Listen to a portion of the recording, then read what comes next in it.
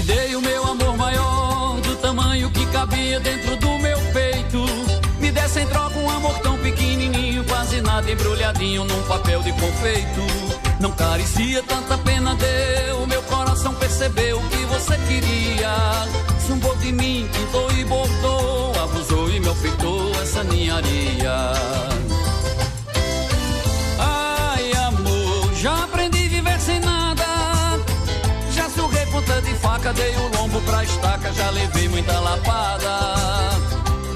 Bobinha, que tolice a tua, me dá uma esmola de amor, pensando que eu sou moleque de rua. Ai amor, já aprendi a viver sem nada. Já surrei ponta de faca, dei o lombo pra estaca, já levei muita lapada. Bobinha, que tolice a tua, me dá uma esmola de amor, pensando que eu sou moleque de rua.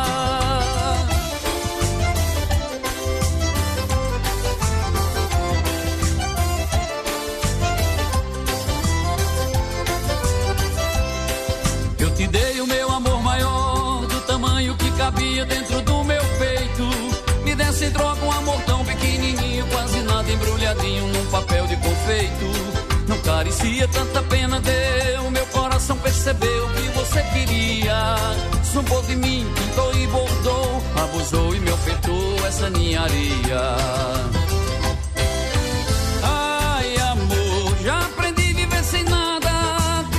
Já surrei ponta de faca, dei o lombo pra estaca, já levei muita lapada. Bobinha, que tolice a tua, me dá uma esmola de amor, pensando que eu sou moleque de rua. Ai amor, já aprendi a viver sem nada. Já surrei ponta de faca, dei o lombo pra estaca, já levei muita lapada. Bobinha, que tolice a tua, me dá uma esmola de amor, pensando que eu sou moleque de rua.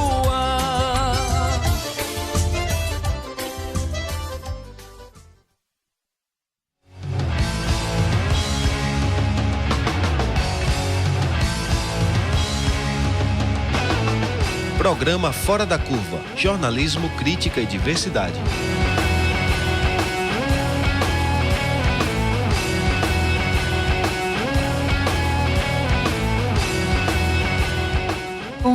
Bom dia, ouvintes das rádios universitárias 99.9 FM 820 AM. São 11h30 da manhã e começa agora o Fora da Curva. Jornalismo, crítica e diversidade na nossa rádio pública. Jornalismo honesto. Eu sou a Manina Aguiar, estou com vocês às terças-feiras, sempre das 11h30 ao meio-dia. O Fora da Curva vai ao ar de segunda a sexta aqui na Universitária FM e também na AM, com retransmissão às 9 da noite na nossa rádio pública. Você também pode acompanhar ao vivo pelo facebook.com/programa Fora da Curva, pela página da Marco Zero Conteúdo e também pelo facebook/Universitária 99.9.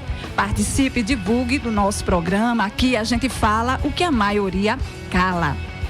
Até 15 de maio deste ano, ao menos 153 pessoas LGBTs morreram no Brasil, vítimas de preconceito contra a identidade de gênero e também contra a orientação sexual. Os dados são do Grupo Gay da Bahia, o GGB, organização não governamental que trata dos direitos dos homossexuais. O GGB registrou um aumento de 30% nos homicídios de LGBTs em 2017 em relação ao ano anterior. O número de mortes LGBT subiu de 343 para 445. O levantamento também aponta que um LGBT é assassinado ou se suicida vítima da LGBTfobia a cada 19 horas no Brasil. A estatística levou o país a ser considerado como o campeão mundial desse tipo de crime. No programa de hoje, nós queremos saber por que as mortes LGBTs não comovem a população. Para responder esta e outras perguntas, nosso programa convidou o jornalista e ativista LGBT Rafael Negrão. Seja bem-vindo, Rafael. Bom dia, Manina. Bom dia aos ouvintes e os ouvintes do Fora da Curva.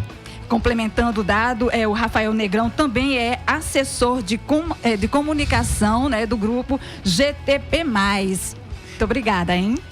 Também conosco a coordenadora do Fórum LGBT de Pernambuco pelo segmento de lésbicas e bissexuais e também coordenadora estadual do Coletivo de Lésbicas e Bissexuais de Pernambuco, o Colebs, nossa querida Rivânia Rodrigues. Seja bem-vinda. Muito obrigada, Molina. Bem-vindo.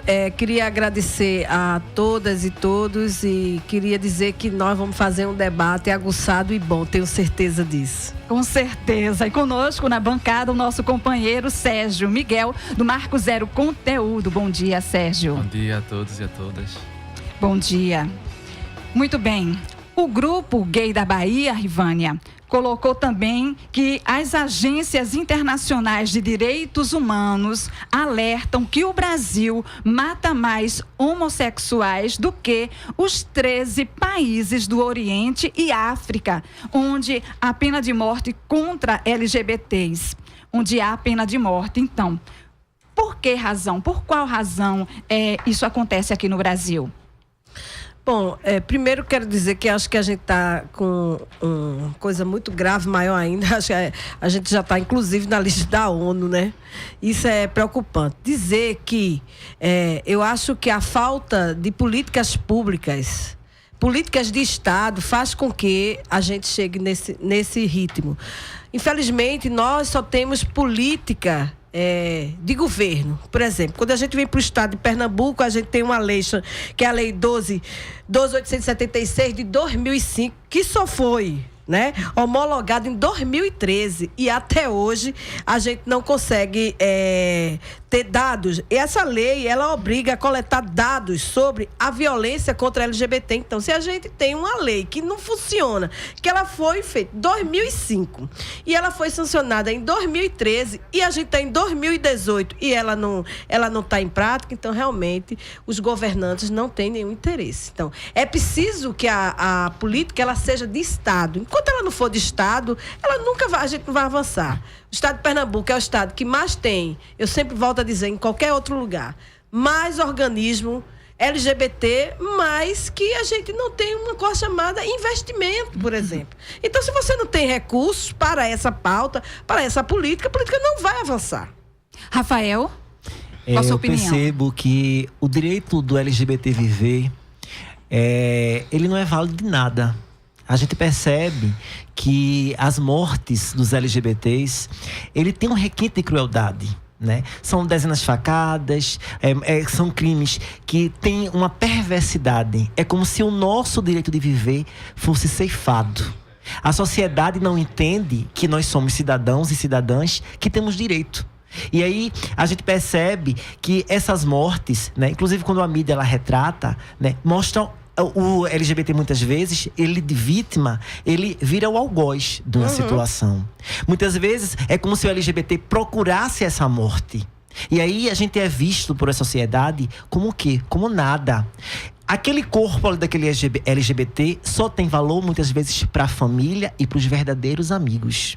Então, são várias mortes, são várias negações de direito, como disse bem a Rivânia. Como é que nós temos um estado que ano passado registrou 27 mortes, com 14 mortes de travestis e transexuais? Então, aqui é um estado que se mata.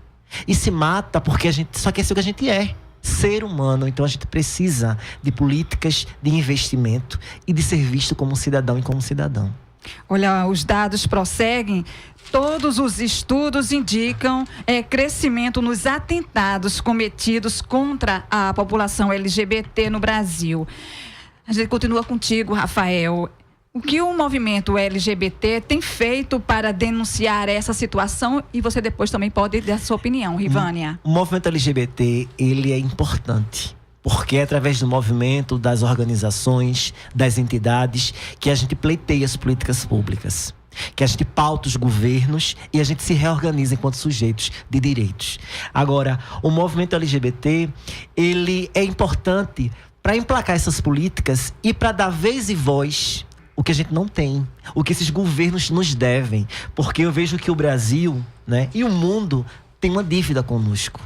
Então a gente percebe que o movimento ele fortalece as nossas bandeiras. A Parada da Diversidade é um exemplo. Os fóruns, né, essas conferências são importantes para essa construção dessas políticas. A gente tem um congresso, né, as câmaras de vereadores, onde os nossos projetos de lei são travados, não passam. A companheira Rivânia trouxe bem. Como é que a gente tem uma lei de 2005? E esses deputados, essas deputadas, esses vereadores e vereadoras estão fazendo o que em nossa causa? Legislando para quem? Para quê? Rivânia, o que o Fórum LGBT tem feito? Então, nós, enquanto movimento social, nós passamos o tempo todo, e aí, junto com o executivo, né? Falando com o executivo e com o legislativo, a importância dessas pautas e dessa política passar a ser política de Estado. Então, nós estamos cobrando, e eu acho que a pauta LGBT ela é muito transversal em todas as políticas, seja na segurança, na educação, na moradia, no desenvolvimento social, na jurisprudência. Isso é importantíssimo a gente colocar aqui, que nós não deixamos de estar fazendo as conferências, nós não deixamos de estar nesses espaços de controle social, discutindo o que é melhor para a nossa população. Mas, volto a dizer, isso é quando você tem um governo que também quer fazer, né? Então, por exemplo, a gente teve, quando a gente vai olhar os dados nossos, Pernambuco, por exemplo, o número maior de assassinatos é de mulheres travestis e mulheres transexuais. Pernambuco já está no seu 7º assassinato já. Nós estamos no mês de junho e já tem 7 mulheres trans assassinadas. Dentre elas, nós temos um número de mulheres lésbicas e mulheres bissexuais estrupadas. E esses números não vão aparecer porque o governo precisa fazer, e aí não é o movimento que tem que fazer, não. Porque o que o GGB está fazendo é o papel do governo. E a gente termina fazendo o papel do governo. Não temos um mapeamento dessas mortes, não temos um mapeamento dessas violações, dessas violências. Nós temos subnotificação, que a gente pega num recorte de jornal, etc, etc. Então, nós tivemos 126 lésbicas assassinadas de 2014 a 2017. Tá certo? Dentro dessa violência, também tem os estupros corretivos, mas também tem os assassinatos, tem as mulheres que têm depressão, que se matou. Isso soma 33%. Então, termina que essa estatística, né, não é vista do lesbocídio. Uhum. O lesbocídio é uma coisa que ainda não é vista, né? Então, a mulher já tem uma dificuldade muito maior. É claro que, lógico, dentro da nossa população, a população T é a população diferente para a sociedade, é a população mais atingida. E a violência, ela não é só uma violência por morte letal, mas ela é uma violência psíquica, né? Ela é uma violência quando você não tem emprego para essa população, você não tem moradia. Quantos de nós não moramos na rua? Uhum. Né? A gente tem um número grande de moradores e moradoras na rua. O governo de Pernambuco não existe nenhum projeto de moradia para LGBT, enquanto outros estados da nossa nação brasileira tem projeto, a exemplo do Piauí. O Piauí, um estado vizinho muito pequeno, mas tem lá... Tem essa política. Tem essa política e tem essa cota porque é preciso, né? Então, não é só tratar da política como nós vamos tratar de identidade de gênero e orientação sexual. Não, é muito maior. Nós precisamos identificar Quem são essas famílias LGBT no estado de Pernambuco? Nós não temos um mapeamento para isso. Então não adianta só criar organismo se você, de fato, não conhece essa população. Sérgio? Essa questão de dados é muito séria. A gente da Marco Zero, que a gente... Toda vez que a gente vem tentar fazer uma matéria sobre esse assunto, uma reportagem, a gente tem uma dificuldade muito grande de conseguir os dados. Por exemplo, a gente estava... Um exemplo agora que está... Uma pauta que a gente está tentando ver aí. E a gente estava tentando descobrir qual é a cidade que mais se mata gay no Brasil. E a gente não consegue essa informação segura. Não tem dados. Os dados que a gente tem, como vocês falaram aqui, vêm da própria... do próprio movimento. E que é muito claro que ali tem uma subnotificação. Porque muitas vezes esses dados eles são colhidos da mídia. E a gente sabe... A gente jornalista, eu já trabalhei muitos anos na mídia, que ali na mídia só se cobre determinados tipos de casos. São muito poucos, geralmente casos muito que tenham repercussão, que sejam em bairros de classe média alta, em bairros mais ricos, ou que envolva, ou então algum crime que chama choque por ser muito bárbaro ou alguma coisa assim.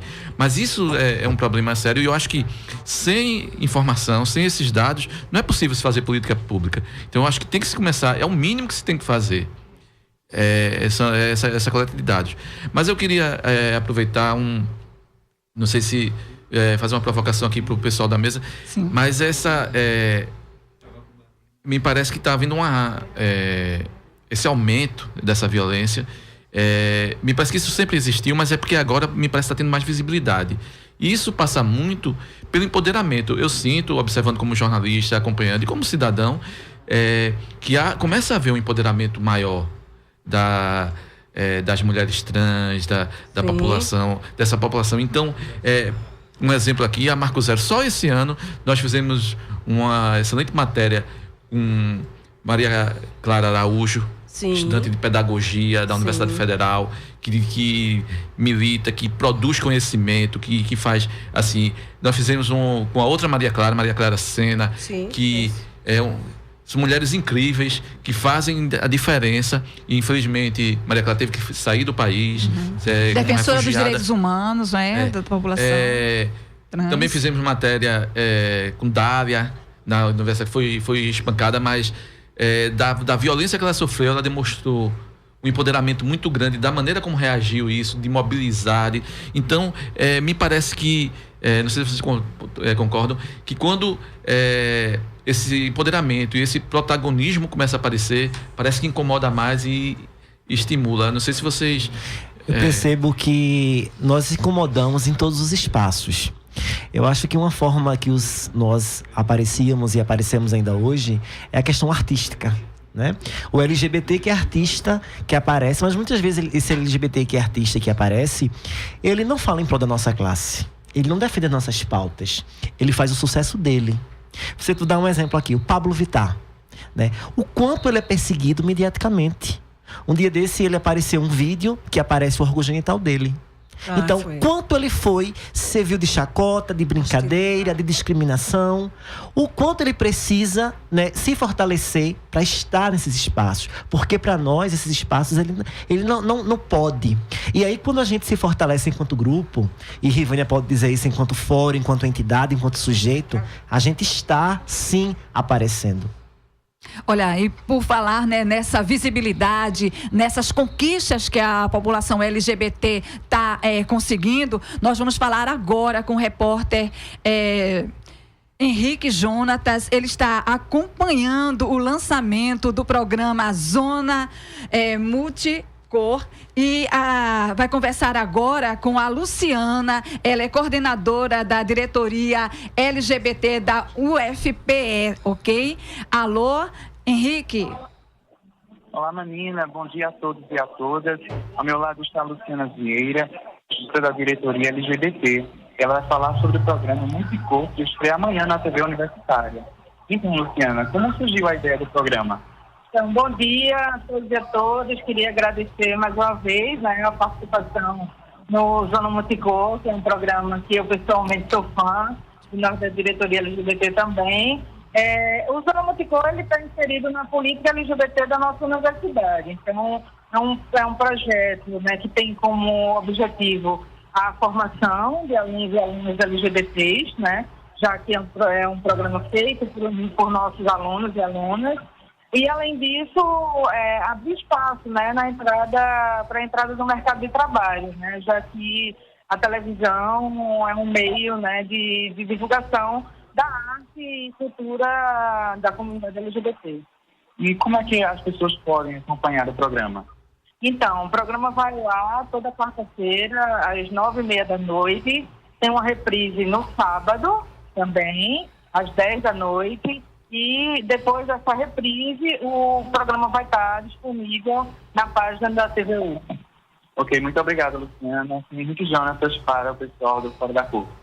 Bom, muito obrigada. E aí a gente estava falando agora da mídia, de uma mídia que coloca os assassinatos da população LGBT, ou quando divulga, dando mais esse cunho do espetáculo, né? Porque é a morte, mas há toda uma questão da banalização ou da dimensão de diminuir esse contexto dos direitos humanos que estão sendo retirados ali. E vem a programação, que a gente teve a oportunidade de participar da abertura. O que significa, então, essa possibilidade desse espaço para a população LGBT estar produzindo e tendo essa visibilidade a partir da sua própria realidade? Rivânia. Bom, para a gente, da população LGBT, do movimento LGBT, é um espaço importantíssimo. É um espaço onde os nossos sujeitos políticos vão poder se colocar e colocar a importância de estar nessa sociedade. Que para nós não somos só essa vitrine de ser artistas, né? Somos mais do que isso. Confundem a nossa cidadania, muitas vezes, com as cores que nós resolvemos militar. Nós temos várias cores porque somos diversos. Nós somos dessa forma, nós somos rosas, azuis, nós somos o que somos. Porque viver hoje a sexualidade nesse país é muitas vezes brigar para que as pessoas não invadam as nossas camas. Porque o que é mais importante não é as nossas camas, e sim as políticas públicas serem para todas as pessoas. Né? Enquanto o Estado, eu digo, enquanto o Brasil não entender que precisamos ter políticas públicas para a população LGBT, criminalizar a LGBTfobia, criminalizar como crime, a gente não vai avançar nas lutas que a gente precisa. A gente precisa garantir que seja necessário a gente discutir, que eu acho que é primordial: segurança pública, educação e cultura, porque a gente precisa mudar a cultura desse país do ponto de vista do entendimento dessa população LGBT que não consegue compreender. Rivânia, os dados também do Grupo Gay da Bahia, segundo o Genilson Coutinho, ele que é o militante, ele compreende que a crescente violência contra as pessoas LGBT tem relação com a impunidade dos agressores. Então, para você, o Brasil não tem nenhuma lei que criminalize essa atitude, criminalize a homofobia? Não, a gente não tem nenhuma lei brasileira. Por exemplo, se a gente tivesse até uma que... Por exemplo, o estado de Pernambuco, a gente tem algumas cidades que tem leis que punam ou que multe as formas de discriminação. Só isso. E as penalidades são muito fragilizadas. A pena de R$150 é uma coisa muito absurda, de Recife, por exemplo, né? Então, o estado de Pernambuco, por exemplo, não tem nenhuma lei estadual que se faça isso. Então, a gente tem essa lei aqui em Recife, em Belém de São Francisco a gente tem, mas em Olinda a gente não tem. E no Brasil está engavetado a PL 122. E assim, contribuindo com Rivânia, nós não vamos ter. Nós temos as câmaras, as assembleias, tudo cheio de evangélico, de pessoas protestantes, de pessoas conservadoras que barram as nossas leis. Não deixa passar. Há quanto tempo está engavetado a PL, que foi de Marta Suplicy? Então, Já é a 122.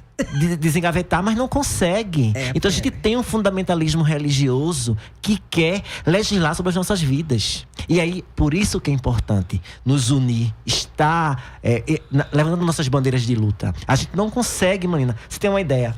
Das 445 mortes ano passado, não chega nem a 10% transformadas em inquéritos, e essas pessoas não são julgadas. Então tá se morrendo dandara todos os dias. Eu cobri, quando eu sou jornalista também, eu cobri um assassinato num cabo, foram 64 facadas. E aí o próprio policial veio me dizer, mas ele procurou. Ele botou uma pessoa estranha dentro da casa dele. Por quê? E eu perguntei, Senhor, e o senhor, será que se fosse ao contrário? Aí eu fiz a pergunta para o policial. E se fosse da sua família? Então, a gente não pode ter um parceiro, uma parceira. Quer dizer, eu não posso, como disse a Rivânia, eu não posso sair com quem eu quero? Será que o outro tem o direito de matar a minha vida? Então, a gente tem que repensar. A gente vive num país transfóbico.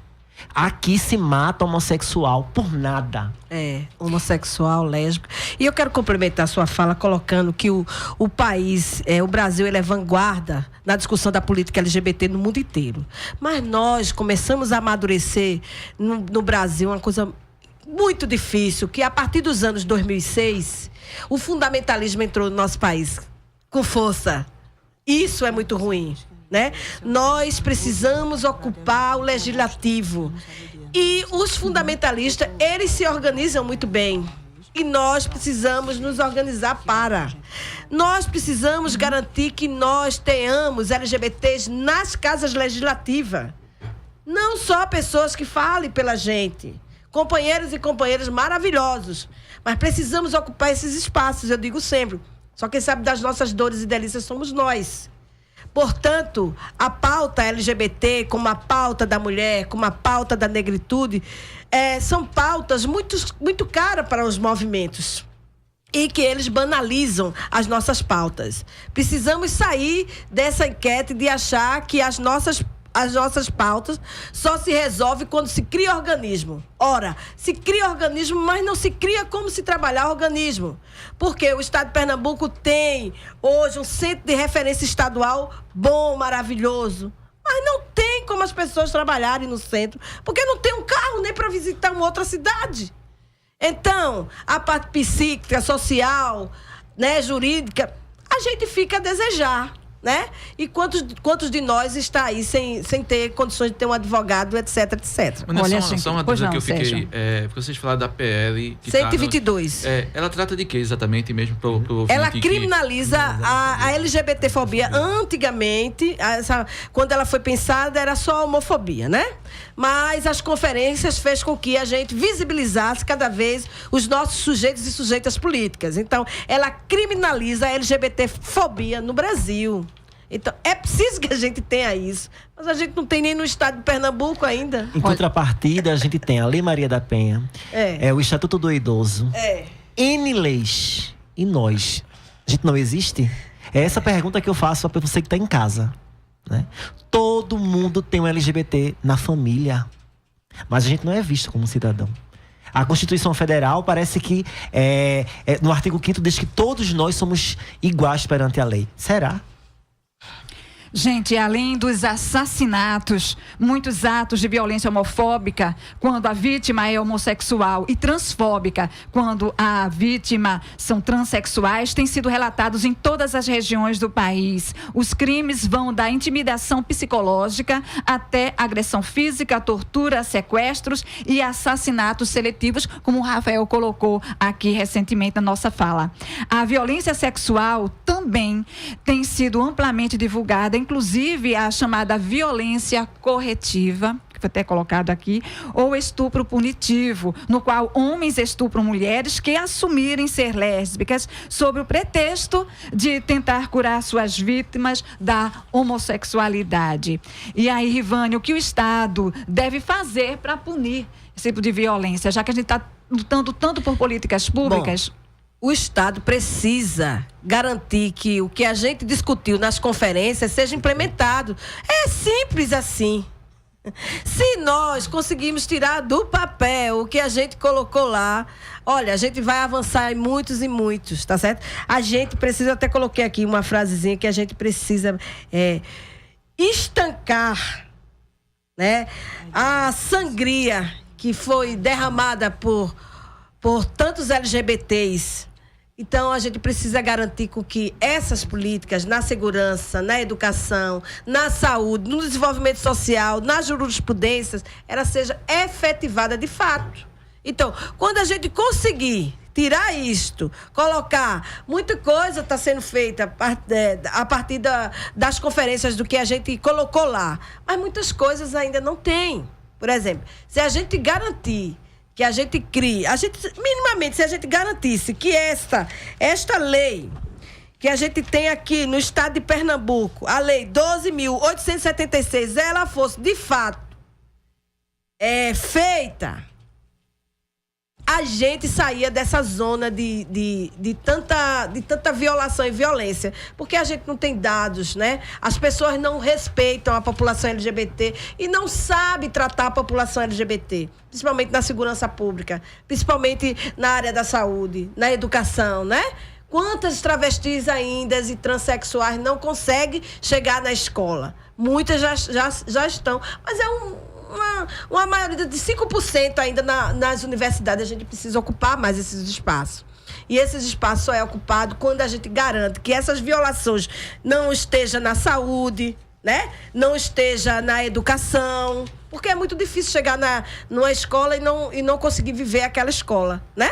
É muito difícil não conseguir ir numa padaria de manhã. Então, se a gente conseguir garantir minimamente essas coisas, a gente consegue avançar. Se os governos conseguirem entender, porque muitas vezes não precisa ter financeiro, dinheiro. Se a gente implementar uma lei que ela consiga se valer, eu acho que a gente consegue caminhar. Olha, isso sem contar que as Nações Unidas recomendam aos Estados nacionais medidas para enfrentar a violência contra as pessoas LGBTs. Por exemplo, investigar, processar e punir os autores responsáveis por assassinatos seletivos, promulgar leis sobre crimes de ódio que visem dissuadir a violência com base na orientação sexual e identidade de gênero, estabelecer sistemas de registro e comunicação da violência motivada pelo ódio, treinar oficiais de justiça, funcionários de prisões, juízes e outros profissionais do setor de segurança sobre essa questão, desenvolver campanhas de educação e informação pública para combater as atitudes homofóbicas e transfóbicas e também promover os valores da diversidade e do respeito múltiplo. Então, o Brasil, dentro desse contexto, né, está seguindo essas orientações. O que é preciso fazer? Preciso fazer uma revolução, Manina. A gente tem que sair desse papel de coadjuvante. Você que é LGBT, que é lésbica, que é gay, que é travesti, que é transexual, não importa. Todas as letras do alfabeto. Você tem que sair desse estado de inércia. A gente precisa cobrar. Sabe, esse ano agora é muito importante. É um ano eleitoral. Quais são os candidatos e candidatas que levantam a nossa bandeira? Não é no papel, não. São nas atitudes. A gente precisa analisar bem quem vai ocupar esses espaços de poder. Porque a gente percebe essa subrepresentação. Nós temos um deputado, no Congresso, que é Jean Williams. E vamos dizer... Não, tem Érica Cocai. Tem Érica, mas assim, eu digo que se coloca... Rosário. Tem umas certo, mas não é LGBT. Eu quero ver o LGBT fazendo política. Eu quero ver... Nós temos uma vereadora na Mata Sul, Paulette. Quantos vereadores a gente tem aqui na cidade do Recife? Inúmeros. Mas simpatizantes. Eu tô cansado de ter simpatizante pela causa. Eu quero me ver lá dentro desses poderes, fazendo, propondo, discutindo. E a gente não se vê, Manina. O Brasil tem uma dívida. Assim como foi a escravidão. Eu acho que o preconceito, a LGBTfobia, é uma coisa que perpassa. Pra você ter uma ideia, as igrejas não abrem espaço pra gente. É uma das instituições que é arqui-inimiga do movimento LGBT e dos gays e das lésbicas. Então, assim, a gente precisa de políticas. A gente carece. Essas igrejas estão matando em vida também as populações LGBTs. Quando morre um travesti, quando é assassinado um travesti, um transexual, a mídia já mata quando usa o pronome ele. A família, quando enterra, tira as roupas, não permite que maqueie. Então, é um triplo, um duplo assassinato. Impede que os amigos, eu tenho uma experiência de que os amigos não poderiam enterrar o seu ente querido. Que sociedade é essa? Que país é esse? Esse não é o país que eu quero viver. Então a gente precisa de políticas urgentes e de pessoas de boa intenção. Porque de governos que só tem falácia, nós já estamos cheios. Tem uma coisa que é preciso compreender também, que a nossa pauta ela é transversal. E aí, quando eu digo ser LGBT passa por classe, né? Quem hoje está numa classe social melhor, um LGBT numa classe social melhor, ele vive melhor, obviamente, porque ele paga, para isso. Para ele viver melhor, ele paga, né? Mas quem está numa classe social pobre, simples, que nos alagados e nos morros é diferente. Quem é LGBT, negro ou negra nesse país, e se for de matriz africana, tem outro tipo de violência e de violação. Quem é LGBT, deficiente. Então, assim, e quem é mulher lésbica ou mulher trans, muito pior. Então, tem coisas que perpassa, né? Por um debate muito mais aguçado. Então, eu digo sempre, a reparação do povo negro é uma reparação de mais de 500 anos. Mas a nossa está atrelada a mais de 500 anos também, porque a nossa pauta ela é transversal em todas as pautas. Então, pensar que hoje o LGBT que está aí como ouvinte, ouvindo a gente fazer as nossas colocações, é entender que também tem que ser, vocês também têm que ser agentes multiplicadores, seja onde for que vocês trabalhem. Olha só, a gente está se aproximando já do finalzinho do nosso programa, o tempo está curtinho, mas a gente queria trazer a informação e uma opinião de vocês também. Em dezembro de 2017, o juiz Valdemar Cláudio de Carvalho, da 14ª Vara Federal de Brasília, tornou definitiva a decisão liminar que autoriza psicólogos e psicólogas a atenderem eventuais pacientes que busquem terapia para mudar de orientação sexual. A decisão garante aos psicólogos a plena liberdade científica de pesquisa para realizar estudos sobre transtornos psicológicos e comportamentais ligados à orientação sexual. Rafael Negrão, como é que você avalia isso? Isso é uma aberração, Manina. Isso é um desrespeito e fere os direitos humanos. Não tem cura para o que não é doença. A OMS, desde 1990, tirou do ranking das doenças. Como é que um jurista, um camarada desse, em vez de propor saúde, propor educação, melhorias, fiscalizar o nosso legislativo, tá propondo cura? Então não existe. Isso é algo que nem vale a pena. A gente deveria fazer outras discussões, mas trazer na pauta, isso é uma vergonha para o nosso Brasil. A nossa programação de hoje inicia com uma pergunta, né? Por que as mortes da população LGBTI não comovem a população? Eu queria rapidamente de você, Rivânia, e de você, Rafael, também. Por quê? Por quê? Porque a gente não é uma população ainda para a população heteronormativa dessa sociedade branca, racista e classista. Nós somos ainda chamados antigos bobos da corte. No dia que a gente passar a ser pauta, políticas públicas, nós vamos entender, eles vão entender que nós somos parte dessa sociedade e pagamos esse imposto, precisamos dos mesmos direitos. Rafael? Porque a gente não é visto como um cidadão. O nosso direito de viver e ser feliz vale menos do que os dos outros.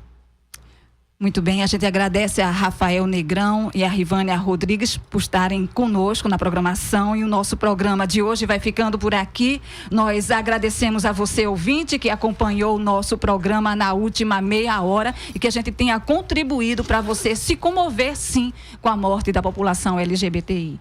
O programa de hoje teve a produção de Sérgio Miguel, do Marco Zero Conteúdo, na coordenação Ana Veloso, professora do Departamento de Comunicação Social da UFPE, na apresentação Manina Guiar, do Centro das Mulheres do Cabo, nos trabalhos técnicos Felipe Novaes, muito obrigado, e também nas redes sociais Victor Aguiar e Ana Sofia. Lembrando que esse nosso programa foi o último dessa temporada, nós retornaremos em agosto. Amanhã você fica com Paula Reis com o tema Quem mais ganha no sistema financeiro? Obrigada, boa tarde.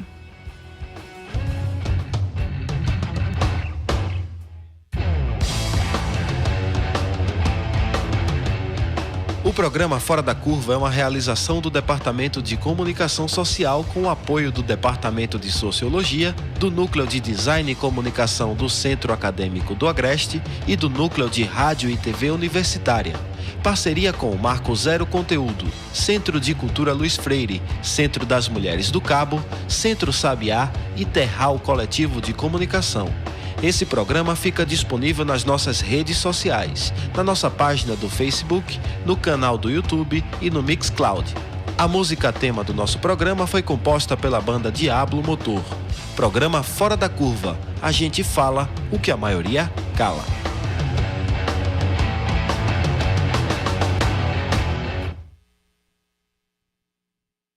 Doze horas e 8 minutos. Universitária. ZYD 240, 99.9 MHz. FM. Universitária. Emissora da Universidade Federal de Pernambuco. Universitária.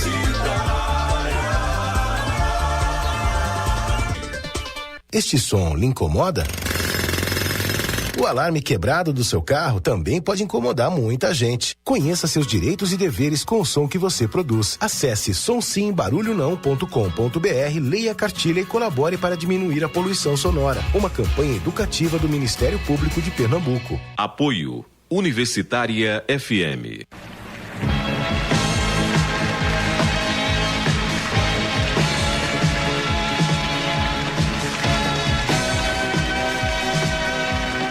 A Universitária FM inicia sua programação da tarde com almoço musical.